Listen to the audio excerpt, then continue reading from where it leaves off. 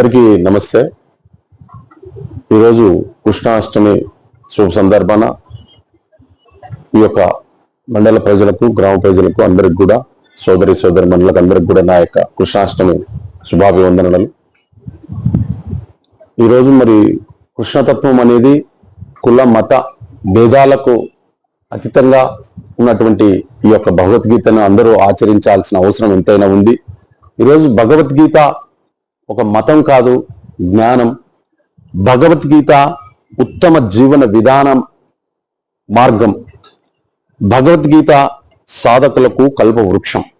ఇలాంటి యొక్క భగవద్గీతను అందరూ ఆచరిస్తే అన్ని విధాలుగా వారి యొక్క కుటుంబాలకు మరి యొక్క భగవంతుని యొక్క కృప దొరుకుతుంది. తప్పకుండా మనం అందరం కూడా గురువు ఆధీనంలో ఆధ్యాత్మిక శక్తిని పెంచుకోవాల్సిన అవసరం ఉంది. కాబట్టి ఈరోజు ఈ కలియుగంలో మాయకు లోనైనటువంటి ప్రపంచం దాదాపుగా 90% దగ్గర ఈరోజు మాయకు లోనవుతున్నటువంటి వాస్తవాల్లో మనకు అవసరమైనటువంటి సబ్జెక్ట్ ని తీసుకొని ఈ యొక్క భగవద్గీతను అందరూ కూడా ఆచరించి మంచి జ్ఞానాన్ని పొంది మంచి ఆధ్యాత్మిక శక్తిని పొందుకోవాలని చెప్పేసి ఈ యొక్క క్రాంతి కిరణం ద్వారా తెలియజేస్తున్నా. ఇప్పుడు మీ జ్ఞానేశ్వర గౌడ్.